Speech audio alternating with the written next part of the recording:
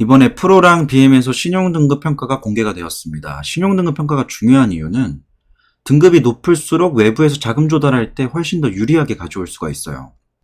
이건 기업 단위가 아니더라도 개인도 똑같죠. 신용이 높을수록 훨씬 더 좋은 우대 조건을 가져갈 수 있고 낮을수록 불리하게 돈을 빌려갈 수밖에 없습니다. 그래서 특히나 에코프로 그룹사처럼 계속 확장을 해야 되고 캐파 증설을 해야 되는 기업들 입장에서는 내부 유보금 그 이상의 자금 조달이 필요할 때가 많아요. 그래서 외부에서 자꾸 자금을 가져와야 되는데 그럴 때마다 유상증자를 하거나 금융권 대출 하는 거 외에도 공모자금 혹은 사모자금 이렇게 가져올 때 신용등급 평가가 매우 중요한 역할을 합니다. 그래서 어제 나왔을 때는 MSCI 가능성이 높아졌다, 편입될 수 있겠다, 이번에는 이런 얘기가 나왔고 오늘은 공모할 때 조금 어렵지 않을까라는 내용도 나왔는데 자세한 내용 살펴보기 전에 일단 요약을 한번 보시면 어제까지만 해도 BM에서 A등급 받고 프로는 A-등급을 받았어요. 근데 이렇게 받을 수 있었던 원인은 사업 유사성이 매우 높다. 그리고 기업 안에서 수직 기여라가 매우 잘 되어 있고 전략적 통합성이 있다. 이걸 한마디로 표현을 하자면 색깔이 뚜렷하다라는 겁니다. 다이소처럼 이것저것 하지 않고 그냥 딱 집중하는 소재 사업에만 집중을 하고 있다. 그래서 이에 따라서 MSCI 편입 가능성이 높아졌다고 평가가 되었고 어제 이것 때문에도 사실 저는 시장에서 긍정적으로 평가받았다고 생각을 해요. 그래서 이번까지의 내용 때문에 공모시장 진출 가능성이 나왔는데 요번에 한국신용평가에서 BBB 플러스를 냈어요. 그리고 한국기업평가에서는 AA-를 나왔습니다. 근데 이렇게 엇갈릴 때, 스플릿 나왔을 때는 둘 중 낮은 것을 택해요. 이건 기업의 의사에 따라서 그렇게 되는 게 아니라 원칙적으로 그렇습니다. 현재 고민이 되는 거죠. 이대로 그냥 공모를 진행한다면 요걸 따라가야 되는 건데 이 등급대로 받을지 아니면 나이스한테 다시 받아가지고 공모를 진행할지 현재 고민 중인 겁니다. 근데 이 고민 중인 이유가 요거 의뢰비가 1,000,000원이래요. 근데 이 정도면 할만하지 않나 라는 생각이 좀 들긴 해요. 일단 자세한 내용을 좀 볼게요. BM은 A등급을 받았고 프로는 연이어서 A-등급을 받았습니다. 사업의 유사성이 높다라고 평가되는데 이게 무슨 말이냐면 이것저것 다이소처럼 하지 않고 딱 집중해서 본인들의 강점을 살린다는 뜻입니다.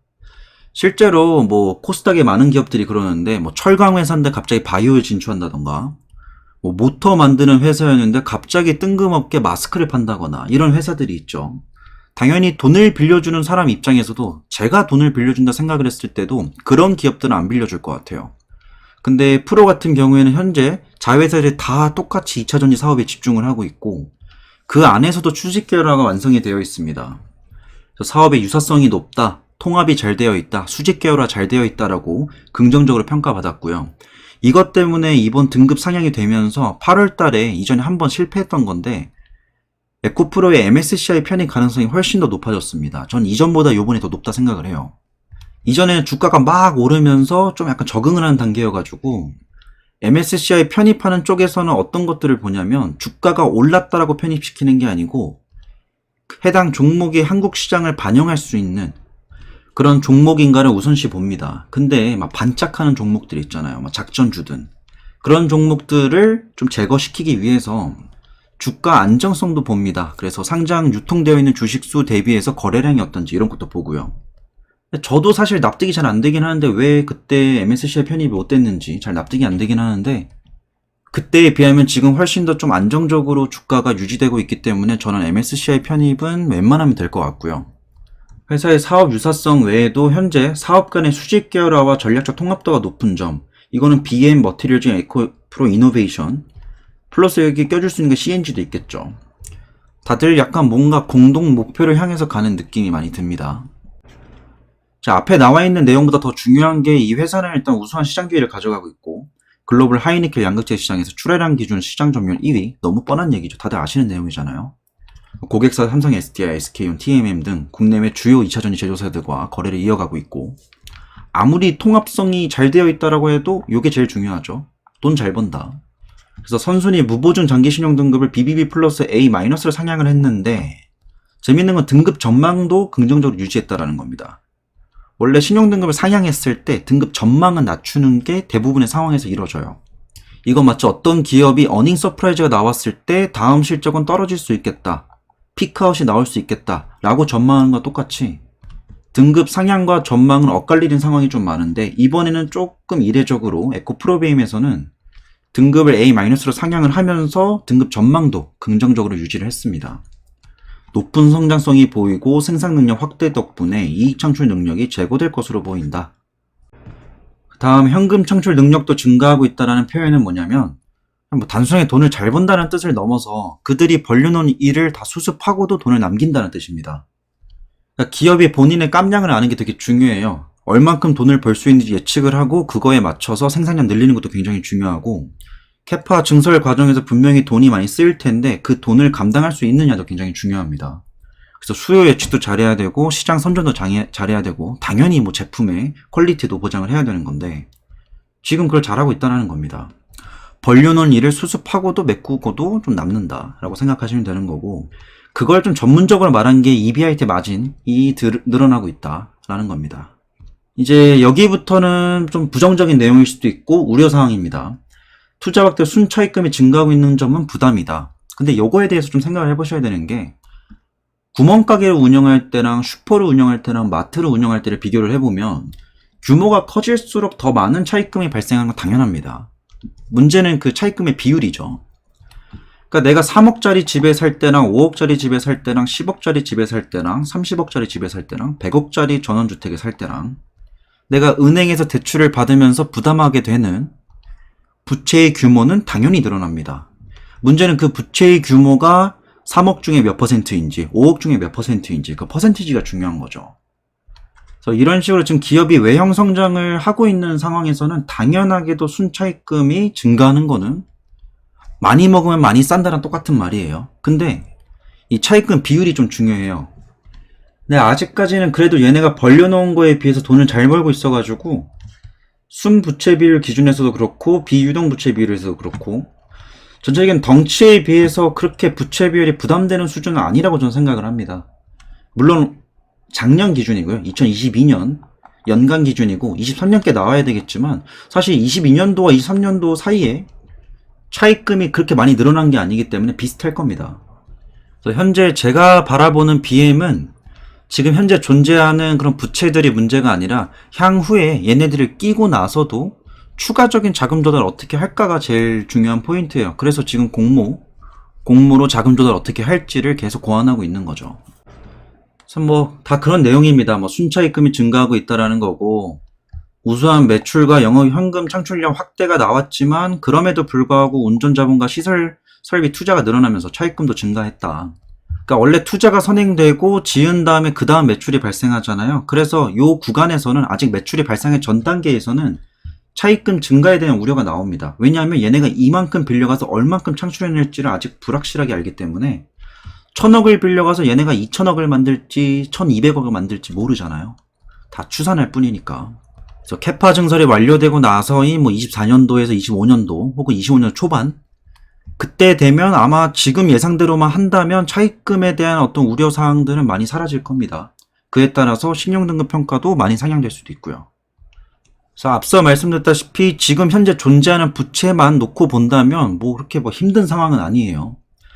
근데 지금 현재 BM이 조금 더 확장을 하려고 하는 어떤 욕심이 있기 때문에 추가적인 자금 조달을 한다라고 했을 때 현재 보유하고 있는 것들 다 상환하지 않고 여기다 추가 발행을 하려면 아무래도 사모보다는 공모 쪽으로 한 게 맞다. 그래서 요번에 등급 상향됐으니까 이참에 우리 공모 한번 자금 조달해보자 라고 이야기를 한 건데 오늘 나왔던 기사인데 요것만 딱 보면 뭔가 좀 잘못됐나라고 생각이 들 수 있는데 안 하던 방식으로 첫 도전하는 거예요. 25년 만에 첫 공모채 발행을 하고 이 공모채 발행하는 게 아무나 하는 게 아닙니다.